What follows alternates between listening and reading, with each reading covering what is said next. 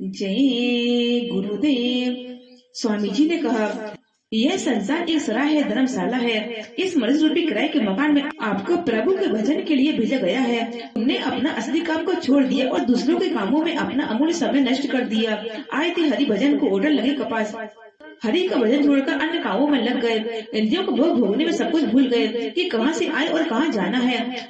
जो कुछ कमाया वह सब इसी तन के लिए, आत्मा के लिए कुछ भी नहीं जमा किया। आत्मा का चेतन धन जमा कर लेते तो स्वर्ग वैकुंठ में जीते जी पहुंच जाते। जन्मना मरना छूट जाता, आवागमन का चक्कर खत्म हो जाता। जय गुरुदेव प्रभु का जागृत नाम है। मुसीबत व संकट की घड़ी में जय गुरुदेव नाम को याद करोगे तो मदद होगी। बाबा जी ने कहा कि मनुष्य शरीर परमात्मा को बनाया हुआ चेतन मंदिर है। इस जीते जाते मंदिर में जीवात्मा यानी सूरज दोनों आंखों के मध्य में बैठी हुई है। इसको घेर कर मन, बुद्धि, चित्त और अहंकार चारों तरफ से बैठे हुए हैं। यह जीवात्मा की पहरेदारी करते हैं कि कहीं यह बाहर निकल कर आजाद न हो जाए। जब कुछ नहीं था तब अनामी महापुरुष कुल मालिक थे। उन्होंने अपनी मर्जी से एक आवाज निकालकर अगम लोक और सतलोक की रचना की। इन तीनों लोक में उन्होंने अपना निज रूप स्थापित किया। बहुत समय बीत गया तो आगे की रचना सतलोक से हुई। सतपुरुष से एक हिलोड़ उठी, बहुत तेज आवाज हुई और 16 पुत्रों को नीचे उतारा। पहले मंडल बनाए, फिर इन्हें नीचे उतारा। इन सबने तपस्या की और अनगिनत युग बीत गए। तब सतपुरुष खुश हुए और कहा कि वरदान मांगो। सबने कहा कि हम भी आपकी तरह छोटा सा राज चाहते हैं। सतपुरुष ने एक वस्तु कह दिया और सबको राज्य मिल गया। बिना जीवात्मा की रचना नहीं हो सकती थी। फिर सतपुरुष ने जीवात्मा का एक छोटा सा भंडार सतलोक से निकालकर सब में तकसीम कर दिया। जब जीवात्मा यहाँ आई थी तो सभी को मनुष्य शरीर मिला था।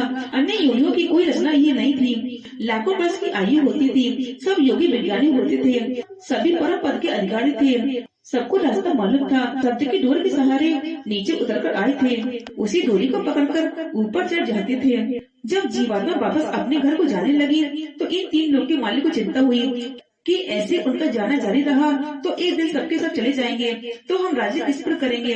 काल भगवान को चिंता हुई तो उन्होंने अपने 3 शक्तियों को यहाँ भेजा और वे माँ के गर्भ से पैदा हुई। उन्होंने कठिन तपस्या की। ब्रह्मा को आकाशवाणी सुनाई पड़ी, दर्शन नहीं हुए, केवल वाणी सुनाई पड़ी।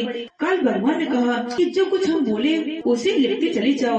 वाणी सुनाई पड़ती रही और वो लिखते गए।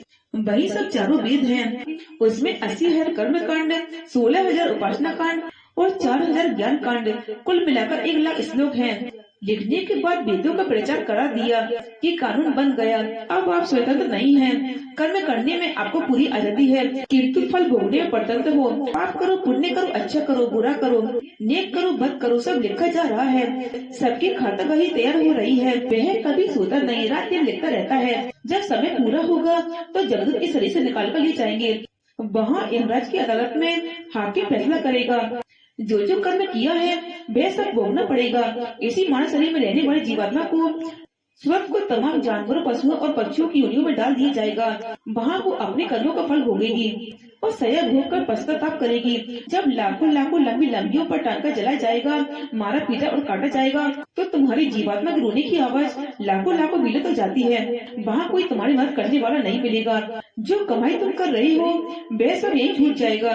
कुछ भी साथ नहीं जाएगा वही जो नाम की कमाई करके सच्चे भजन का धन इकट्ठा कर लिया। घंटा बजाना, शंख बजाना, कीर्तन करना ये भजन नहीं है। ये तो भजन की नकल है। असली भजन नाम की आवाज, वाणी जो अंदर में हो रही है उसको पकड़ने को भजन कहते हैं। भगवान के नाम को लेकर शंका नहीं करनी चाहिए। शंका से घर, परिवार, देश, समाज का नाश होता है। आत्मा अधोगति में चली जाती है। आत्मा को गड्ढों में गिरने से बचाओ। जय गुरुदेव।